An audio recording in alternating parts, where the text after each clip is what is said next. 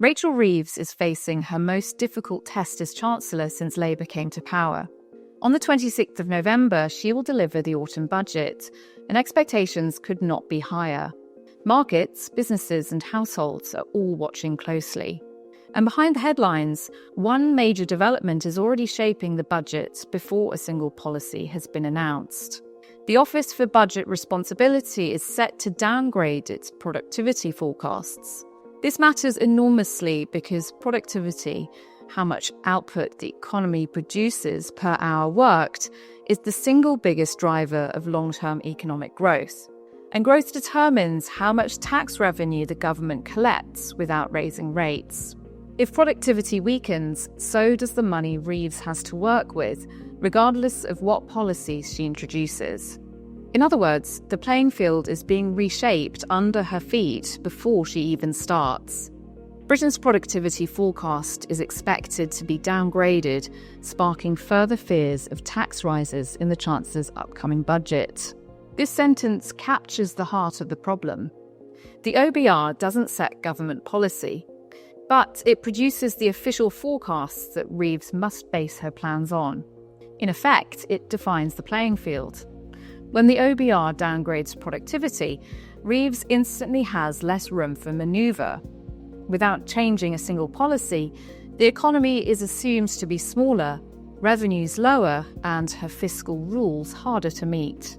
Officials at the OBR have indicated to the Chancellor that they will cut their estimates for productivity growth ahead of the November budget. This is not a minor adjustment. The UK's productivity performance has been poor since the 2008 financial crisis. Every budget hopes for improvement, but each downgrade locks in the reality that Britain's economy is stuck in a low-growth trap. The consultancy Oxford Economics has quantified just how damaging this could be. The consultancy Oxford Economics, however, estimates that moving the OBR's productivity forecast back in line with the less optimistic independent average projection would knock 1.4% off GDP at the end of its 5-year forecast period. That would force Reeves to increase taxes or cut spending by an eye-watering £20 billion to meet her fiscal rules and maintain her slim £10 billion of headroom, roughly the equivalent of raising the main and higher rates of income tax by 2p. The implications are stark. A £20 billion gap is not something that can be filled with efficiency savings or minor adjustments. It means either big tax rises, deep spending cuts, or a combination of both. And with only £10 billion of headroom against her own fiscal rules, the narrowest margin any Chancellor has had for years, Reeves faces an unenviable balancing act. The Treasury is expected to press the OBR to give greater recognition to government initiatives designed to boost long-term growth. Planning reforms, infrastructure investment, and new industrial policies are all being put forward as reasons why the OBR should be less pessimistic. Ministers will argue that these measures deserve to be scored into the forecasts, offsetting some of the gloom from weaker productivity trends. Yet, most independent analysts suggest the OBR will remain cautious. Their mandate is to forecast on the basis of evidence, not ambition. And while policy reforms might improve growth in the long run, the near-term picture is unlikely to change much. Even if the OBR does grant Reeves some credit for reforms, the downgrade in productivity is expected to dominate the overall calculation. That means the growth outlook will still look bleak, and bleak forecasts make balancing the books much harder. On top of the productivity downgrade, Reeves is also grappling with the financial fallout from a series of policy reversals. First came the U-turn on cuts to the winter fuel allowance, which immediately increased spending pressures. Next was the failed rollout of welfare reforms, which not only undermined confidence but also created fresh costs for the Treasury. Together, these setbacks triggered anger on the Labour backbenchers, fueling a rebellion that has further complicated Reeves' task of keeping the budget on track. These commitments shrink her already narrow fiscal space. The OBR will have to include them in its assessment. Together, the productivity downgrade and these policy reversals have created a financial straitjacket. Reeves must now find a way to deliver on her promises while working within a tightening fiscal environment.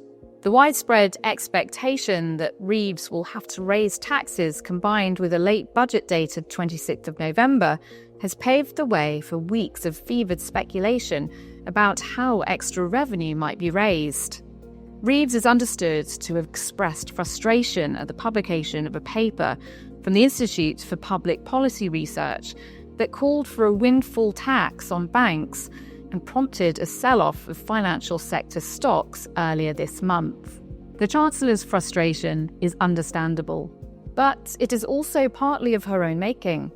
By settling the budget date as late as the 26th of November, Reeves has given lobby groups, think tanks, markets and the media more than 2 months to speculate endlessly. In Westminster and the City, that kind of vacuum never stays empty. Every rumour, research paper or leaked suggestion gets amplified with real-world consequences. The sell-off in bank stocks following the IPPR's call for a windfall tax is a perfect example. Speculation is no longer just chatter. It changes behaviour. Businesses hold off investment. Investors shift portfolios. Consumers worry about future tax bills. And markets react directly, as we've seen. By leaving such a long gap before the budget, Reeves has inadvertently allowed speculation to add fuel to the fire. To prevent another policy fiasco, Sir Keir Starmer created a new budget board. This body brings together senior ministers and officials to scrutinise tax and spending plans in advance. The aim is to avoid a repeat of the backlash after last year's budget, when key announcements blindsided businesses and markets, triggering sharp negative reactions. That backlash was significant. Reeves' autumn budget of the 30th of October 2024 raised £40 billion in taxes, largely targeting businesses, the wealthy and employers. It was the largest tax-raising budget since Norman Lamont's budget of March 1993. And it fractured the government's relationship with businesses, fueling a wave of criticism that Labour has been failing to calm ever since. The Budget Board is meant to restore confidence. By ensuring policies are thoroughly reviewed and no major surprises slip through, the government hopes to reassure both markets and business leaders. But whether it can undo the damage of last year's decisions remains to be seen. The business community is already voicing concerns. The CBI's chief executive, Ray Newton-Smith, urged the Chancellor last week to consider breaking Labour's Manifesto pledges not to increase national insurance, VAT or income tax, rather than look to businesses again to raise more revenue. A Treasury spokesperson said, "We are not going to speculate on the OBR's forecast. We are committed to keeping taxes for working people as low as possible, which is why at the last budget we protected working people's payslips and kept our promise not to raise the basic, higher or additional rates of income tax, employee national insurance or VAT." The message here is clear. Reeves has boxed herself in with manifesto commitments not to raise the main taxes that hit households directly. That means the burden falls elsewhere, and businesses fear they will be in the firing line again. So, where might Reeves look for revenue? Number 1, windfall taxes. One of the most talked about ideas is a windfall tax on banks or energy companies. These sectors have posted massive profits in recent years, making them an obvious political target. But the problem is clear. When the Institute for Public Policy Research floated the idea, financial stocks tumbled almost instantly. That kind of market reaction shows how fragile investor confidence can be. A sudden tax grab risks sending the wrong message to international investors. Britain could be seen as hostile to businesses just when it needs growth and stability. 2, wealth taxes. Labour has long promised not to impose a broad-based wealth tax. Yet some targeted measures are still on the table. One option is aligning capital gains tax more closely with income tax rates. That would bring in significant sums, but it's also controversial. Investors, entrepreneurs, and even smaller business owners warn it could punish risk-taking and discourage innovation. The revenue could be tempting, but the political and economic backlash would be hard to ignore. 3. Corporation tax. The corporation tax rate is already at 25%, one of the highest levels Britain has seen in decades. While Reeves has ruled out a rise in the headline rate, officials could still look at tightening reliefs or allowances to raise money. That might sound technical, but to businesses it feels like another stealth tax. Many firms are already nervous about investment in the UK, and further changes could push them to look elsewhere. 4. Pension reforms. Another perennial target is pension tax relief, particularly for higher earners. Restricting relief saves money for the Treasury but is politically risky. It can look like a raid on people's retirement savings, and opponents argue it punishes those who've tried to plan ahead. Still, it remains an option because of the billions it could unlock. 5. Green taxes. Then there are green taxes, environmental levies or carbon charges. These can raise revenue while showing climate commitment, but there's a catch. Companies almost always pass the cost on to consumers, meaning households feel the squeeze through higher bills. That creates a dilemma. Green in principle, unpopular in practice. 6. Property taxes. Property is another long-debated area. Reforming council tax or creating new bans for expensive homes could bring in more money and look fair on paper. Wealthier households would pay more, helping Reeves balance the books. But the politics are treacherous.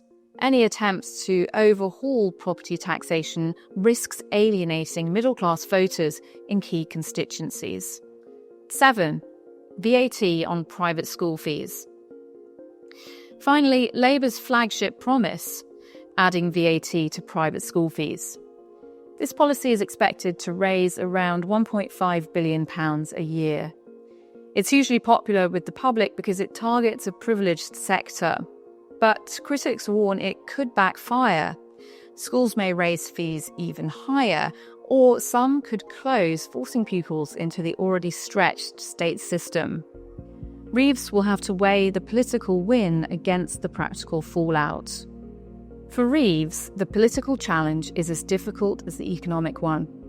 She must convince markets that Labour is fiscally responsible, businesses that they are not being unfairly targeted, and households that the government is on their side. At the same time, she must fund investment in infrastructure, public services and green industries, central promises of Labour's programme. The OBR downgrade has made this task harder. Every pound of lost growth translates into lost revenue, and speculation ahead of the budget has only heightened the stakes. Reeves must deliver a package that is credible, balanced, and politically defensible. That is no easy task. Rachel Reeves's autumn budget is shaping up to be one of the most consequential in recent history. The OBR's productivity downgrade has left her with a shrinking fiscal base. Policy reversals have added fresh costs. A late budget date has fueled damaging speculation, and businesses remain wary after last year's record tax rises. Reeves must now decide where the axe will fall and how the burden will be shared. Will it be on businesses, through windfall or corporation taxes? On wealthier households, through pensions or capital gains? Or will she find other, less politically toxic sources of revenue? One thing is certain. This budget will define Labour's economic credibility. It will set the tone for the remainder of the Parliament, and it will show whether Reeves can balance ambition with realism in the toughest of fiscal climates. If you found this breakdown of Rachel Reeves' autumn budget plan helpful, make sure to like this video, leave a comment with your thoughts, and subscribe for more deep dives into the stories shaping our economy.